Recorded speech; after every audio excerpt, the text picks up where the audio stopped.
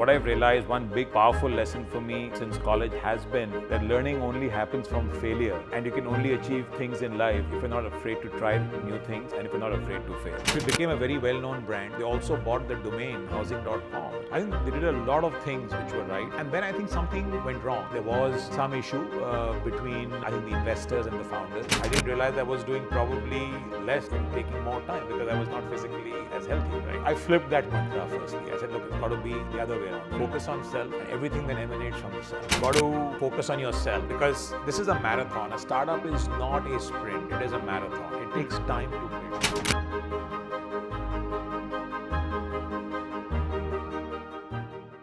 Greetings everyone. In this edition of Exploring Minds, we have with us the founder of PropTech and REA India, the man behind brands like Makaan.com, Housing.com, one and only Mr. Dhruv Agarwala. Welcome, pleasure to have you on the show, sir. No, thanks Shivank. Thanks for having me. Delighted to be here. So, coming from the top and the elitist colleges like Northwestern, Harvard and Stanford, tell us something which profoundly remember from your days of college, which kind of, shaped you as a person. Look, I think college for everyone, Shivank, is I think, life defining, and I don't think it was any different for me. Obviously, for me, college was abroad, so it was the first time, actually, I wouldn't say the first time I left the country. I think it was my third trip abroad when I went to college, but basically it was the first time living away from home. So obviously a lot of lessons. It was like I was thrown at the deep end and, responsible for everything in a foreign land, meeting new people.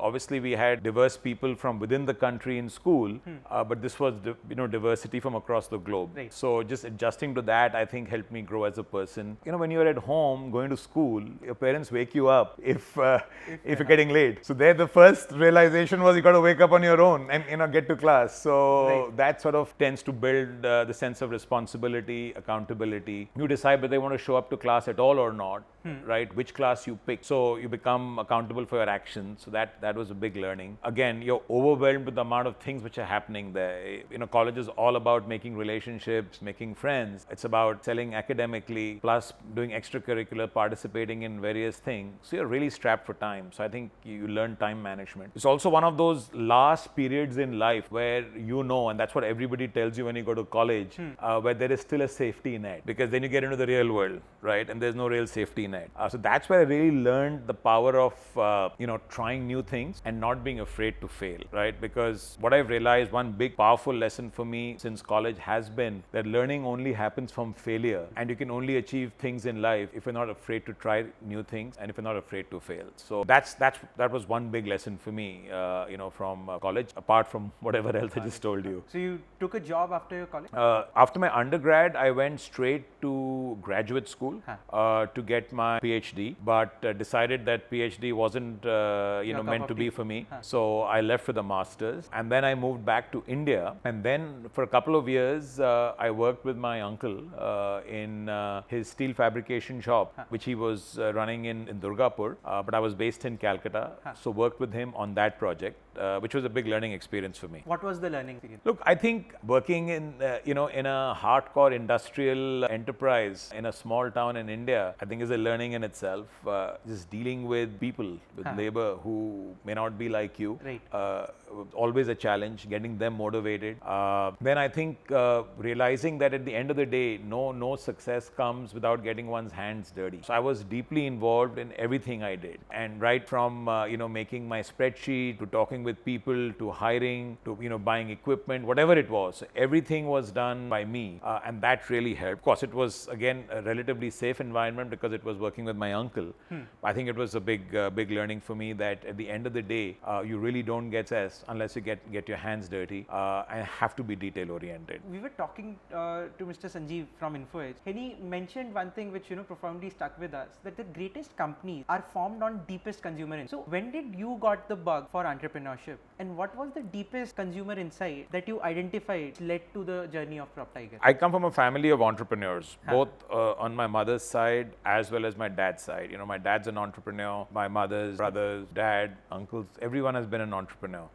So in that sense, growing up, I almost never knew anything else other than being an entrepreneur or wanting to be an entrepreneur. So that was almost there in my DNA, let's put it that way. Now, what exactly would it be? I didn't know. The expectation at one level was come and join the family business. That was always an option for me. But I said, I won't do that. Even if I had to do something with the family, I'll do it with my uncles. Bit distant, right? It's not the same as if you go work with your father, firstly, you're fighting acceptability. Look, firstly, यही पूछते हैं कि incompetent है या आ गया just because अपने बाप का बेटा है, right? So I didn't want to be seen in that light at all because I knew I was better and didn't want to unnecessarily be seen in the wrong light, right? But working with my uncle, I think kind of at least took that away a little bit, although not fully, but a little bit, right? तो वहाँ पे भी वही था that because he's the nephew, so he's there, right? But look, so being an entrepreneur or wanting to be an entrepreneur was a childhood thing for me. But I always wanted to do my own startup, as I said, or do something on my own. So the first experience really as an entrepreneur for me, post working with my uncle, was again doing a small iron ore mining business, which was again connected to my uncle's business of a steel plant.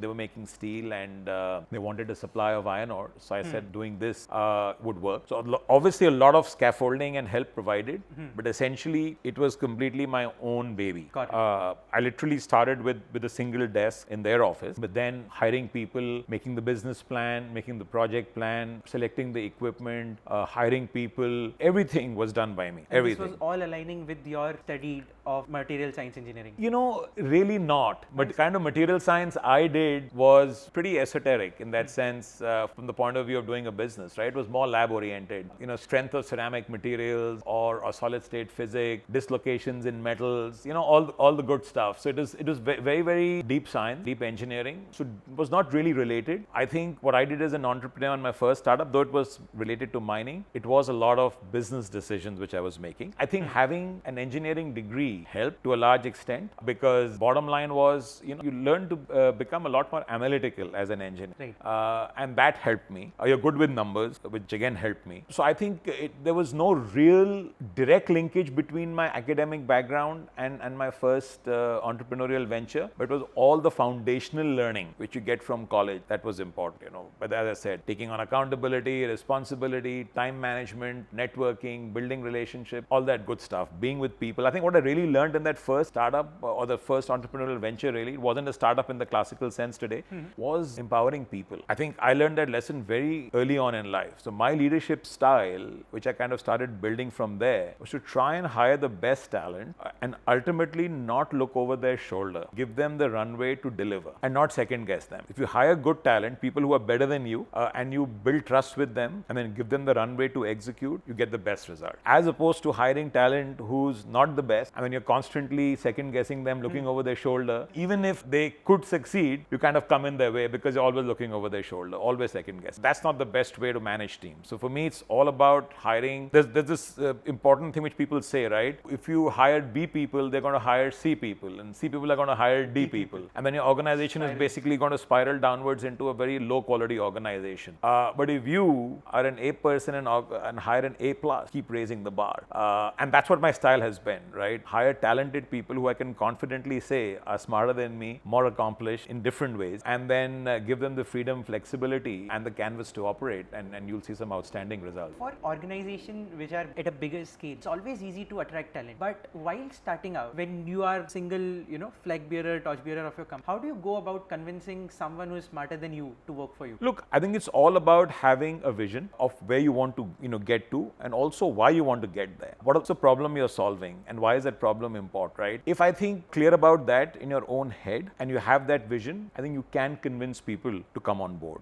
And then, of course, I think a very, very important lesson which I learned, especially at business school, is the art of storytelling, right? You have to be able to build a narrative which resonates with people and in the form of a story. And if that resonates with people, then people will come on.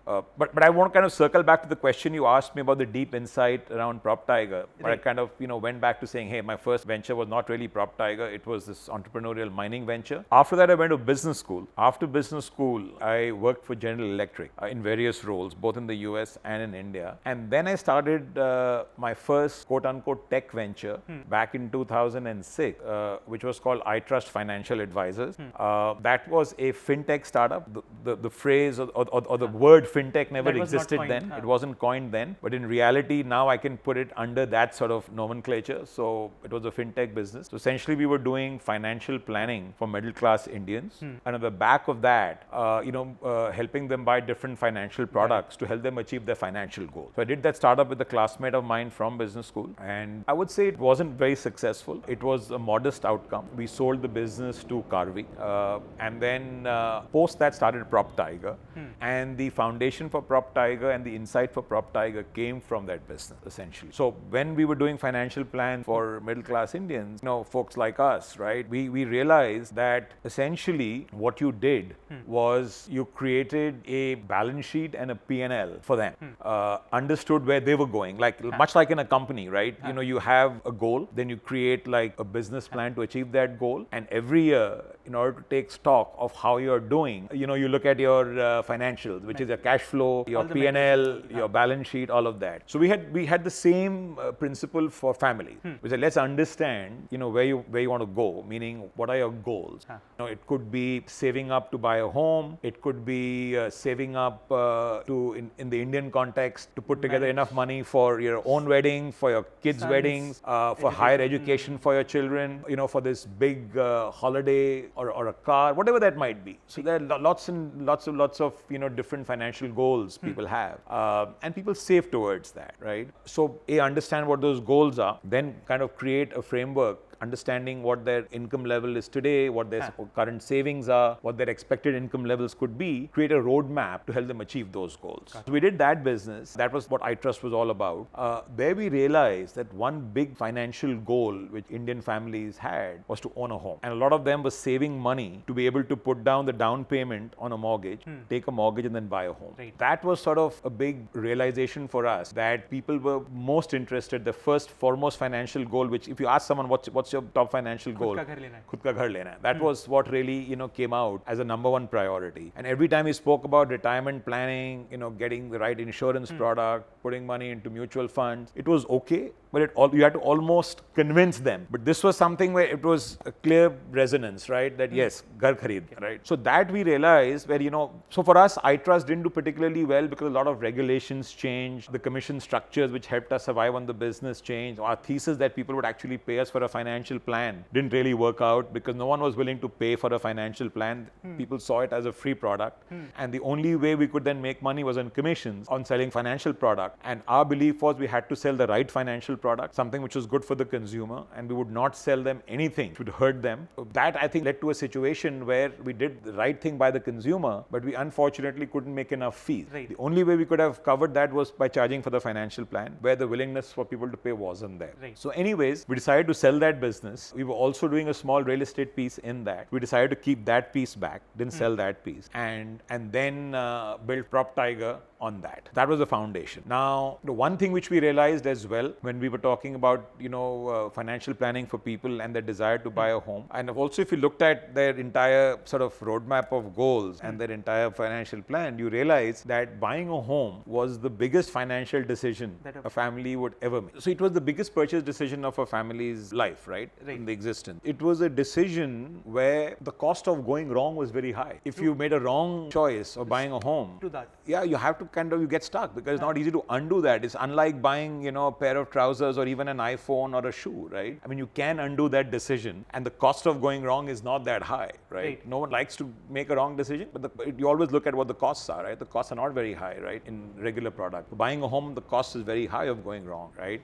It is a decision which is not made frequently by people. Once in a lifetime. Once in a lifetime, maximum twice in a lifetime, right? So even when you ask people, people don't remember. They may have bought a home 10 years ago, 15 years ago. They don't know what it is like to buy a home, right? And frankly, in my parents' generation, home ownership wasn't as big, right? People could only afford a home in later years of their life. Today is very different. You can take a mortgage, you can buy a home, if you're like a family earning a total income of almost like, 8 to 10 lakhs, you can buy a home taking a mortgage, right? So things were changing. So there was no real institutional memory out there in terms of who to rely on to get advice to buy a home, right? The industry, unfortunately, was not seen as very trustworthy. There was a lot of mistrust. Whether it was, mistrust in developers, mistrust in agents, it existed. Things have changed significantly since then. I'm talking back in 2006. Now, I think things have dramatically improved. Regulation has come in. People are held more accountable. You have now professional developers, corporate developers. You have agents who are professional. So I think things have changed dramatically between 2006 when we started in 2023, right?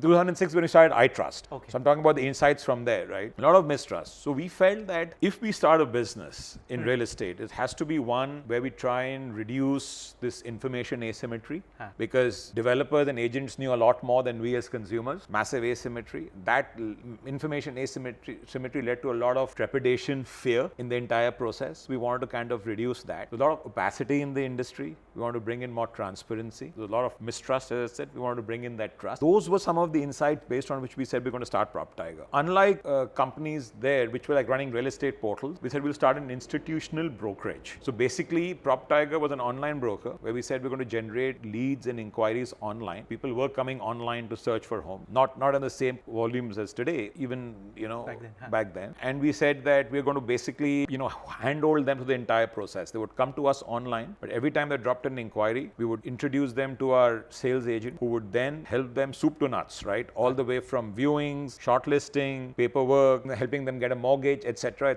and then post-sale service. So the entire process of buying a home was being handled by us. And given the fact that we were institutional, since we were a company, run by people from, pedigreed educational background, plus with investors who were pedigreed, right? So for PropTiger, we got back some of our initial investors in iTrust. So SoftBank China India was an investor. Wow. We raised our first round of capital from them. Another fund in Singapore called Horizon Ventures. Then we got Safe Partners, which is now known as Elevation, Axel. The fact that we were an institutional brokerage backed by well-regarded investors and run by founders who were pedigreed, I think really helped in building that trust. So that was sort of the real insight, that there was this trust deficit and we wanted to bridge that trust deficit. That was sort of the genesis on which we built PropTiger. How did you figure out your co-founder and how was the first team building thing? So my first co-founder in iTrust was my classmate from business school. So obviously I'd worked with him on projects at school, remained a good friend, post-business school, bounced off ideas in terms of what we could be doing potentially if we worked together. That was a very natural fit. For PropTiger, it was the two of us again. And then we had a third co-founder whom we had come across in our sort of work at iTrust. He was already from the PropTech space and we felt that coming together would help us build a team which was more well-rounded, because we had the insights from iTrust, an insight into how Indian families thought about saving, about capital, about financial decisions. And our third co-founder came from a PropTech background. We thought this combination would be useful. So that's how sort of the team came together. Two of us obviously knew each other really well, from school. A third person we kind of came across in our work. It's a very interesting space, property technology.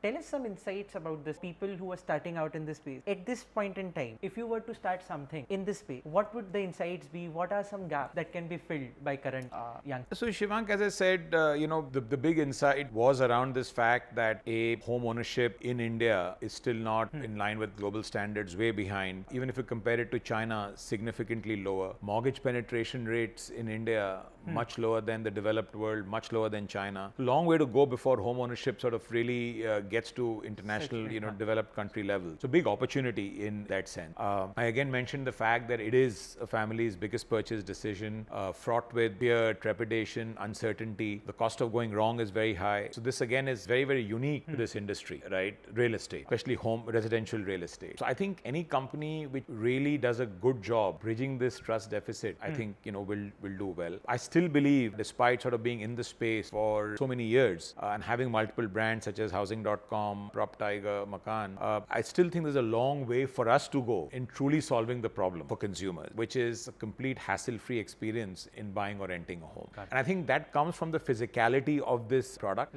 As I explained to you, right? I mean, the cost of going wrong in making a decision to buy a pair of jeans or shoes or a phone, it's not that high. People are a lot more comfortable transacting completely online there. In our space, that's not the case. What happens is the consumer journey might begin online. Happens actually. Exactly, but it closes typically offline. We can do lots and lots of different things to make shortlisting easy, whereby you have 3D walkthroughs, you have 3D renderings, you have great photographs, images, a lot of information about neighborhood, photographs again, user-generated reviews, etc. But at the end of the day, this is the home you want to live in. You have to feel the place. I mean, for me, despite being in the prop tech space, I do not buy or rent a home unless I've gone and felt it. I like to feel the energy of the place. Do I feel good? I don't feel, right? I think it's the same thing with most people, buying or renting a home. If you're an investor looking to invest in a home, you might look at, property trends, you might look at pricing trends, you might look at macroeconomic factors, many other things, and you take a decision to buy and sell. Even then, seasoned investors will always see the real estate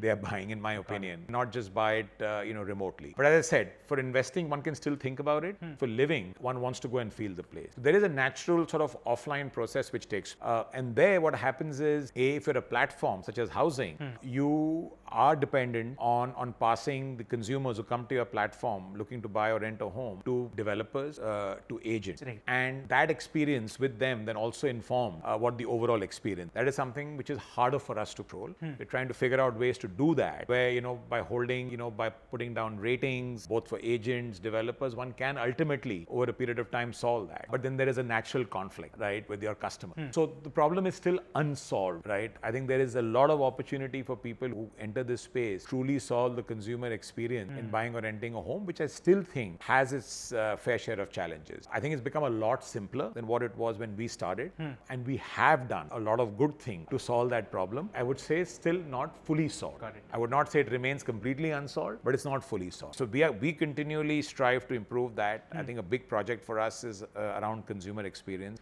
where we say, how do we ensure that consumers become, our promoters? Say that, look, we had the best experience on housing and the best experience on PropTiger. On PropTiger, we still have a very, very high net promoter score. I don't know whether you're familiar with that metric for consumer satisfaction. It's in excess of 80. Wow. Because we do handhold the consumer through the entire, we take charge of that.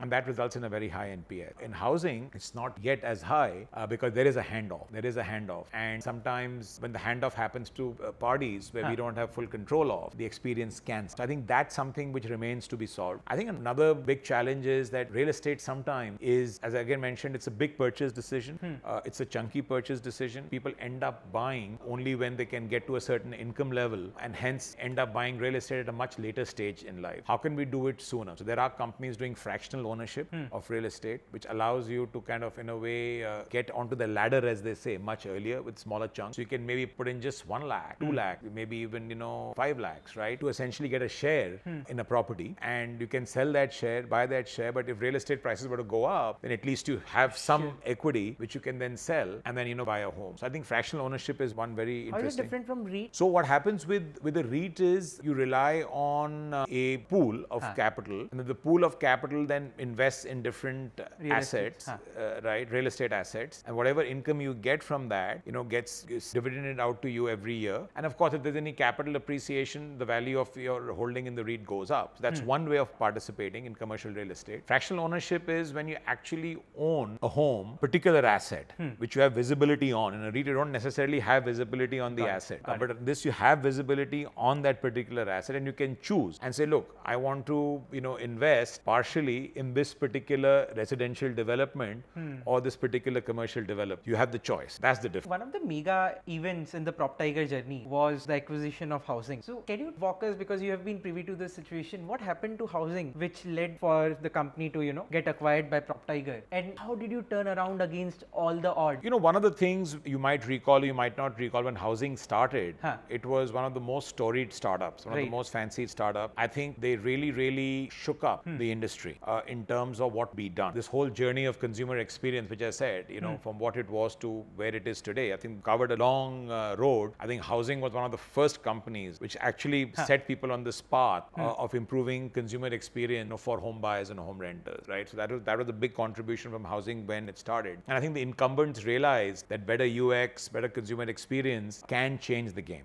And when we looked, and that time we only had PropTech as a brand, which was an online brokerage. So we saw potentially the opportunity to partner with housing because we could obviously get inquiries, leads from them to service customers, because we were more of a bricks and mortar hand-holding service, other than the fact that we generated leads online, which was the online part, but the service element was delivered completely offline by us. So that piece, we felt there was a natural affinity with housing, but we always looked up to them as an organization which we thought changed the way people were solving this problem for consumers. When we looked at them, we thought it was going to be a simple commercial relationship where we get leads from them and we service them. There was no other thought at that point in time at all. But then, as you know, and they made a big splash with the whole ad campaign, which I think is still, remembered by people from that time, where I think pretty much every single hoarding in every city was taken up by housing. So it became a very well-known brand. They also bought the domain housing.com, which I think was one of the smartest things to have done. Imagine how easily it resonates with consumers, housing.com. I think they did a lot of things which were right. And then I think something went wrong. I don't know what exactly went wrong, but I think there was some issue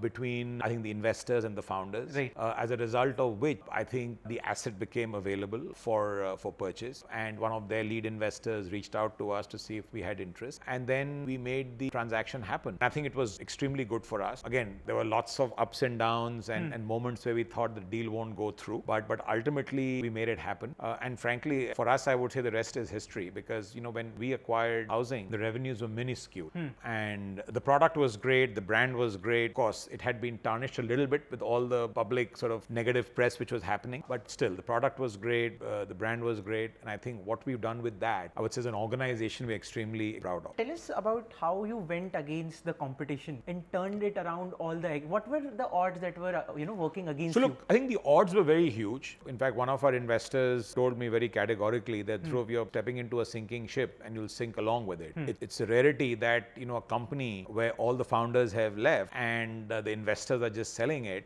in a quote-unquote distressed situation, the likelihood of making it work is very, very low. When we acquired housing, they had, I think, in excess of 1,000 people, and we ourselves were 1,400 people. So it wasn't a small acquisition or a small merger. It would require a lot of hard work in terms of integrating two companies, different cultures, different business models, etc. It wasn't going to be easy. So the advice I got from some of our investors was, don't do it. It's too big a bite to take, right? And we'd already acquired Makaan by then, and the advice was, focus on Makaan. Why are you doing this? Because Makaan had a very similar business model. But tier 2 cities, I believe. It was for tier 1. Okay. But I think the name Makaan gave the perception it was for tier 2 cities. There was a lot of audience which came in from tier 2 cities naturally because of the name. But we liked that brand as well, because Makaan, housing, both.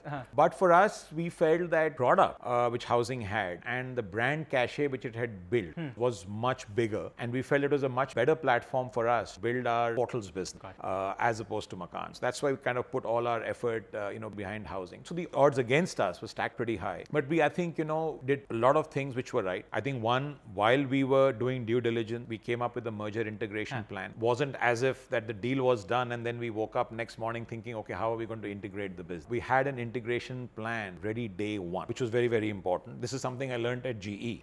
Every time we did a diligence, didn't matter if the deal went through or not, but the day the deal closed, if it closed, you needed to have an integration plan well articulated, what you would do in the first 90 days. And what is an integration plan? What do you do in the first 90 days of a merger? So I think an integration plan involves, there's always redundancies in terms of people when integrations or mergers happen. Who is going to get what role? Bring that clarity up front. Otherwise, people from both organizations start feeling very insecure in terms of, am I going to retain my job or I'm not going to retain my job? And that's the biggest fear. The biggest challenge in an integration is the people and how people feel during an integration. So that clarity, if you can bring it very quickly to people, that look, here is a single job, there are two people for it. One has to go. One has to go. This is something which, the best person for this job is this. Doesn't matter which organization, the acquiring organization or the acquired organization, it's irrelevant, right? As long as that clarity is given day one, everybody else who remains in the organization becomes extremely secure.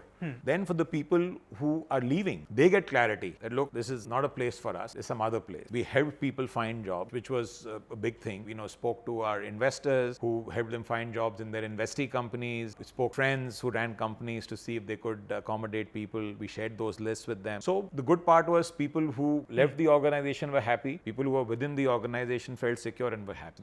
So that's a very, very important thing in integration. How you deal with people, because there's always insecurity. That needs to happen quickly. You can't wait for too long. So I think we had taken those decisions within 1 month of merging the company, which was very, very important. The second thing I think is alignment of vision, because obviously one organization has one vision, the other one has a different vision. Right. How do you build a unified vision? So very early on, we did what they call a vision, mission, values exercise, where we said that look, together with all the people who've remained in the organization, where do we see the company going? Then it gets seen as a shared vision, not the vision of just the acquiring end. Now, yes, if you're a big company, acquire a smaller company, then it's okay. Right. You obviously don't need to have a shared vision necessarily. We just need to say, okay, the company which is getting acquired, get them to buy into the larger vision. But in this case, it was almost a merger of equals in terms of size and scale. So it was important that we evolved combined and unified vision. So we did that exercise very early on. We said, okay, you come from a certain set of values, we have a certain set of values. Let's have a combined set of common values. You had a certain mission, we had a certain mission. Let's have a single mission. This was the vision you had, this is the vision we had. Let's have a single vision. That I think helped us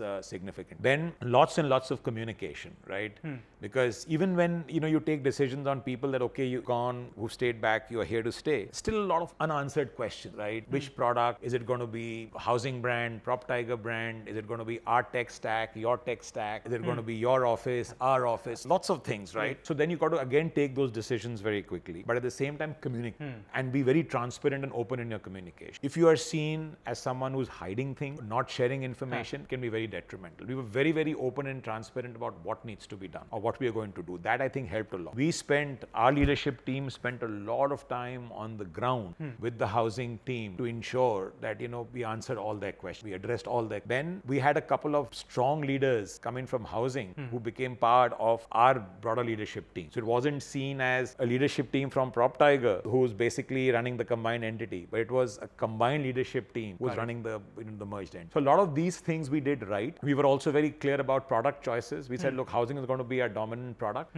We are going to put all our investment dollars into the housing product, the housing brand, which again was seen as a pleasant surprise by the people who came in from housing. They never expected that to happen. Right. So I think we did stuff which was contrary to people's perception. In fact, many of our competitors rejoiced when this deal happened because they figured that all our energy would be spent on merger integration, and frankly, without the founders in housing being there, it really wouldn't go anywhere. Right. So I think that probably brought in some complacency, which we are glad. But the fact is that was anything but the right. We were completely laser-like focused on building the housing brand, building the housing product, and competing strongly in the market. These were all things that that got right. Tell us some of the major blunders that you committed during your PropTiger journey, which you will say, "Yaar, ye gadbad ho gaya. Agar ye nahi hota, my growth would have been." I think in retrospect, I think we chose many wrong developers to work with in the early days of PropTiger. Developers who sort of didn't fulfill their promises in terms of delivering what they had said they would deliver. That I think left a lot of bad taste in the mouth of our consumers and didn't help us bridge that trust deficit which we had set out to do. We learned along the way in terms of what was the right way to select the right developer to work with, what was the right product. But ultimately, even if things went wrong, we could take more accountability for the decisions consumers took. Even today, unfortunately, we are only a mediator. Right. And if the developer just does not fulfill its obligations, we really can't do much. But we still try our best to use our good offices with the developer to ensure that the consumer is taken care of. But at the top of the funnel, we are very, very cautious of which developers to work with, products to work. I think those were some early mistakes in PropTiger, which we've learned from, benefited from. When we acquired housing, I think one big blunder we made was we continued to work on Makaan and we continued to work on 3 brands, which was just too much. That kind of diffused our focus, also diffused our capital because we ended up spending money on 3 brands, right? We still think there's a place for 2 brands. PropTiger is an online brokerage, which works only on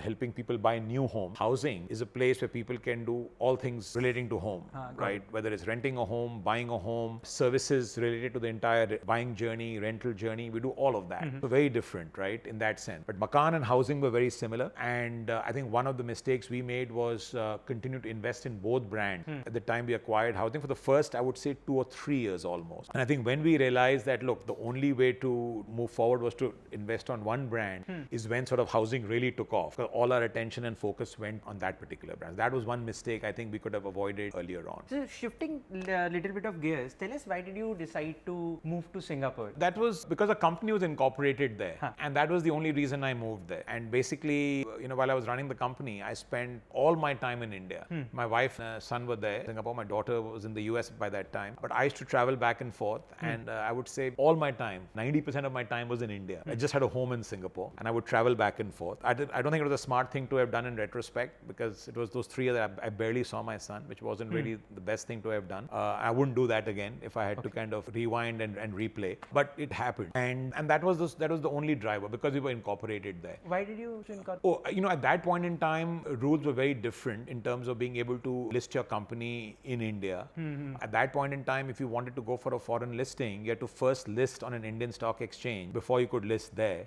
And there were rules around loss-making companies not being able to list, etc., which all those rules have changed now. So there's no reason today for Indian entrepreneurs not to register. Exactly, to list abroad. If anything, one should list in India, because the rules have changed. I mean, the opportunity which lies ahead of us for the next 10 years is all in India. So that was a different time and space when we incorporated in Singapore, which led me there. Today, I wouldn't do that. Tell us, you have dabbled between the two countries. Tell us what Indians can learn from that country. What are some things that fascinates you about the country? I look, of course, what fascinates me is just the cleanliness. I think one thing which for all Indians, when you enter Singapore, you get just taken aback is how clean that city is, right? And how manicured it is. I think, look, it's a nation state, or a city state rather, right? And population is around 5 to 6 million. Much easier for it to be managed than India, which has 1.3 billion. So in that sense, very, very hard. It's very hard to draw parallels in terms of how to govern Singapore versus how to govern India. Very different model of governance as well, political model of governance. So again, very few parallels there. But look, there are always things to learn, right? I think they've invested tremendously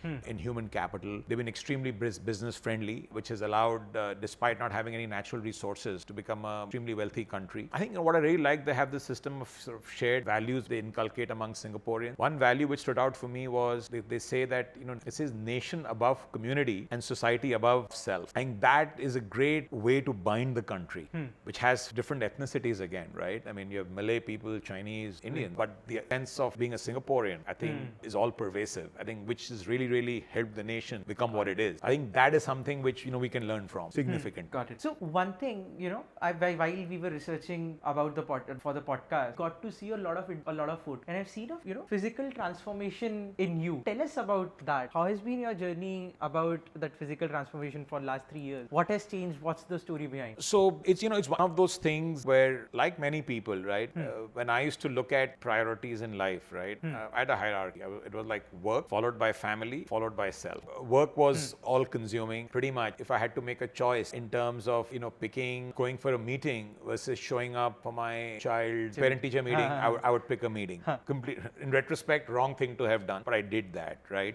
Then when it came to choosing between family and self, right? It would be whatever remaining time I had from work, right? After having devoted it to work, would be okay. You know what? Almost driven by a sense of guilt that spent time, with the family. Even if it meant that, between work and family, I sacrificed on myself, whether it was my own reading or my own health, I did that. Not that it was the right thing, but I did that. Okay. In retrospect, completely got it wrong. It should have been the other way around, right? I think the right thing would have been to focus on self, ensure, be healthy, be fit. If you're healthy, you're fit, you're more alert, you're more present, you spread more positivity amongst your family members, you're there more for them, you're more active with them, and it leaves you enough energy to also do more at work and spread positivity at work and be more alert, more focused, more productive actually. So you can do more in less time. I didn't realize I was doing probably less in taking more time because I was not physically as healthy, right? I flipped that mantra firstly. I said, look, it's got to be the other way around. Focus on self and everything that emanates from the self. So that was the first sort of mindset change which drove me towards fixing my health. And then, look, I had tried. It's not that I didn't try in the past. I tried to lose weight, but then travel would happen, a business dinner would happen, and I would just go back to my old ways. I tried all the fad diets, nothing worked.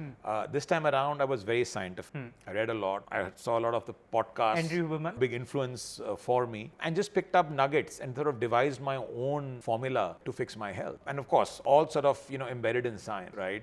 And whatever scientific literature you read, basically people say 4 to fix everything. One is sleep. I wasn't sleeping enough. Okay. So that was critical. How much? At least 7 hours. Look, a lot of high achievers, high performers, they sleep for 4 hours. hours, 5 hours, not a good idea.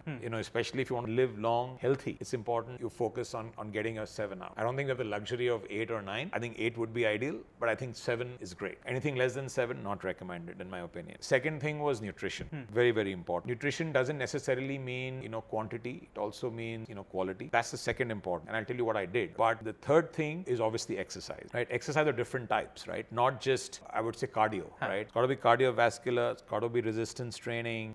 You also got to do HIIT training, get your heart rate up to your sort of capacity at least 2 or 3 times a week. So combination of different exercises is what's important. And then I would say the fourth one being sort of relationship, right? Very, very important. Look, a lot of what I'm saying, I've gleaned from the literature, from, like the podcasts I've heard, from the books I've read. There's not my sort of own thesis, but you sort of get information and then say, okay, this is the framework which works for me, right? So the fourth thing is around sort of just healthy relation, right? I felt I wasn't spending enough time, with friends, and that was taking away from my sense of well-being as well, and my general physical health. If you feel good, spend time with friends, your emotional well-being is in a good place, you automatically become healthy. So I think these are the 4 areas which I said I'm going to focus on, right? So in terms of sleep, I said, 7 hours at a bare minimum. Started doing that. Unfortunately, because of my weight, I couldn't sleep well. So initially, the only way I could make up for that was by sleeping longer to get enough sleep. But it was still poor quality. Now I sleep for like 7 hours and it's uninterrupted sleep. I measure my sleep using devices and I sleep extremely well and high quality sleep. That's of course happened because of my weight loss. Right. But I still said I need to get that enough sleep. Then in terms of exercise, I said I need to focus a lot on weight training because because when you do cardio, you burn calories, but your metabolism doesn't increase.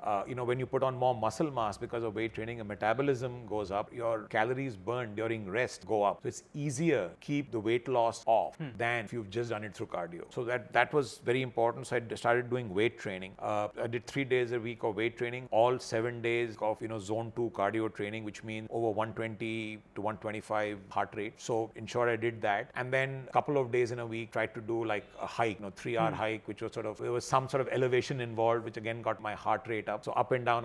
It's like almost like HIIT training. A heart rate goes up and then it sort of comes down and again goes up. But so I did that religiously. And I do that even now. Whether it's travel, whether it's at home, I find ways. I walk places. In Singapore, it's easier to walk actually. So instead of taking a cab, I would walk. If I was far, instead of taking a cab, I would take an MRT, which also involved walking down the stairs, walking up. If it was 3-4 floors for a meeting, I would never take the elevator up, just walk. Even now, when I'm in office, I take stairs up. So get as much movement as you can, and it adds up. It really adds up. Right. For taking a phone call, pace and take a phone call. Don't sit down and take the phone call. Ideally, I would have loved to have done this, walking in a park, right? Next time for sure. Next time for sure, right? So just get as much movement going. So I became very active. Got it. And in the beginning, it was low intensity because I was very overweight, but you slowly build up. Third was calorie count. I think I can't even begin to emphasize how important that is. How do you do that? So basically, religiously, I entered every food item, which I consumed into my app. And there are enough apps out there which help you do that. And I was zealously ensuring that I was not eating more than 1700 calories a day. And I was burning about 3000. So I was creating a calorie deficit of about, 1400 calories a day, which led to about a weight loss of 1 to 1.2 kilos a week, which is exactly what I lost, over an extended period of time. So my weight loss has been in excess of 70 kilos in a period of, 18 months with no medication, no surgery, no external crutches or support other than weight training, cardiovascular exercise, and the right food. And even in the food, one was calorie counting in the early days because I had to create a deficit. Now I focus a lot on content of what I eat. Higher protein diet, doesn't necessarily have to, if you're not a meat eater, you can still do vegan proteins still out there. But I'm very, very focused now on the quality of food, what I eat. So for me, it's been transformational. My energy levels are up. I feel almost 20 years younger. I'm more present, more alert, very enthusiastic about doing a lot more in life, living longer, living healthier. So yeah, it's been nothing short of transform. You got to focus on yourself because this is a marathon. A startup is not a sprint. It is a marathon. It takes time to build, and longevity, resilience, very, very important. So for that, you got to focus on yourself. Right. A lot of founders, even like me, make the mistake of not focusing on their health, which I think is a big mistake. But ultimately, you will not last the entire journey, which you need to. Right. And you will your peak performance will fall if you're not physically fit. So I think that's one thing which people have to, and it doesn't mean because if you're lean or thin means you're fit. It means you got to have the exercise regime, you got to eat the right food, got to focus on sleep, all of those. That I would say is a mistake which people keep making because there's enough stuff out there in the literature which sort of lionizes people who sleep less, are 20 24/7 charged and not necessarily focusing on them. So that's all wrong. Right. Beneath the surface, there's a lot of emphasis on self-preservation and working on your own body, your own health, your own mental health, physical health, everything. So that's crucial. I think the other thing is this whole thing that it's a journey. It's a long journey. You've got to pace yourself. Too many founders, want to get to that unicorn valuation very quickly. And there's this whole win at all costs mindset. And we've seen in the recent times what that has led. One can't do that. One has to take it. Look, we all understand it's a competitive market. There is a short time to market. You've got to get your product out. You've got to do all those things right, but got to know where to draw the line. So it is a long haul and you got to pace yourself. If you have the attitude of, wanting to get everything too soon and at any cost, I think that is not a good thing. For you yourself, person, as a company, as for your employees. Too many cases we are hearing where, fraud has happened, right, where people have crossed the line in terms of how they've reported revenues, how they've reported their other numbers, whatever. Too many such. I'm not saying all, not everybody is bad. There are enough instances of people who've been very hard charging, have done things completely the right way. But I think there are enough cases, and more than what should be, of cases where things are going awry. And I think that's because people are treating it as a sprint, not as a marathon. That's one advice I would really give founders. Got it. Now coming to the rapid fire round, where we ask you a bunch of dynamic questions and you have to answer those. Some recent movie or series that you have watched which you really enjoyed? Oppenheimer. There's another great movie, Big George Foreman, which I really enjoyed. I love movies which involve, boxing as a theme. And one was Rocky and Rani. I thoroughly enjoyed the film. Oh, got it. So I have seen your name in a lot of books. So basically, I was reading this book called Let's Build a Company by Harpreet, the founder of Cubes. And they wrote your name, an anecdote where you were helping them calculating the right time of the market. Tell us best book that you have read that has impacted your life. I think one book is called Mindset by Carol Dweck. It's basically about, how you grow as an individual and the fact that it doesn't matter who you at birth and what you are. It's all about what you do to learn. It's all about the growth mindset philosophy. That is one book which has influenced me significantly. The other one is, there's a book called Influence, The Psychology of Persuasion by Robert Cialdini. I think it's really influenced me a lot as well. That how you use basic cognitive tools, nudge people, have influence over people. I think that's been one. The other one has been the Almanac of Naval Ravikant. Basically sort of a collection of all, exactly. So that's sort of what I really practice a lot of today. So great influence again in my life, and I would seriously urge people to read these three, and of course there are many great books out there. Got it. Most favorite travel destination? Istanbul. Why? Why? Yes. My roommate at Stanford was Turkish. I loved the culture. I think it's a great blend of the East and the West. A country where half of it is in Asia, half of it is in Europe. Very modern, yet very ancient. So at the crossroads of many the seat of many empires, right? Ottoman, Byzantine, Roman. So best advice that you have got? Don't stop learning. There's no end to self-improvement. Okay. How did you meet the most important person in your life apart from your kids? Well, it's my wife, who I met at a friend's wedding. Okay. What's next on your bucket? That's a good one. I think whatever I do next, it's all sort of around health. I sometimes do get asked the question that, will you do another startup? And I'm like, maybe at some point. If that is, it's going to be around health tech. Okay. And another agenda on my bucket list, would be to do a triathlon if I can. Okay. I don't know if I'll be able to do that, but it's certainly on my bucket list. It's something I have to do it soon. Otherwise, it'll get, harder and harder. But that's something which I keep talking to a few friends about doing. So that they keep you reminding. Keep reminding me. But yeah, a triathlon would be a great to do. Got it. No, best of luck for your triathlon, because it's an entrepreneurship podcast. The last question should be about entrepreneurship. Tell us about the best company that you admire in the startup ecosystem. It can be a new age company or a company of your domain or anything apart from that. And one of the most smartest founder that you have met. See, in terms of company which I admire, I would say it's got to be Apple. Okay. I think, it's one of those companies where you realize that consumer is at the forefront, right? And just the design sensibility which they have, it blows my mind. So that's something which, I aspire. If we can get our product anywhere close to Apple in terms of the design sensibility, I think that'll be fantastic. So that's one company I admire a lot. In terms of founders, I think it'll be unfair for me to, name one founder which I've met. But look, I think there are enough smart people who who I've met and who are extremely sort of, motivating for me. I remember that, when we started our first venture, I Trust, at that point in time, Yashish Daya was starting Policy Bazaar. I think, what he built with Policy Bazaar is something we, only sort of aspired to do at I Trust. So again, somebody deeply respect. I still remember the time when, Saif had just put money into us and we were hearing, there was, I think, a founders meet they had organized. At that time, I didn't even know Vijay of Paytm, called 197 Communication. And he had just launched, I think, Paytm. I think the first use case was paying tolls on the D&D highway. And he was very enthusiastic and, motivated about the way he was talking about that. And I think that also was very interesting, the way I think he's one person who's got such high energy, right? That I think he can electrify investors, he can electrify all stakeholders, right? And I think that's an ability which I think, I really, really admire. And look, there are a bunch of people who've done phenomenally well and have changed the face of the Indian startup ecosystem. When I started back in 2006, what it was to what it is today, unbelievable. The quality of founders I meet, I would say 10x better than I, ever was or could aspire to be. New age companies or new age founders which you believe are going to, change the face of this industry, you are bullish on? Look, I mean, a lot of, exciting, companies coming up. I think I admire Urban Company a lot.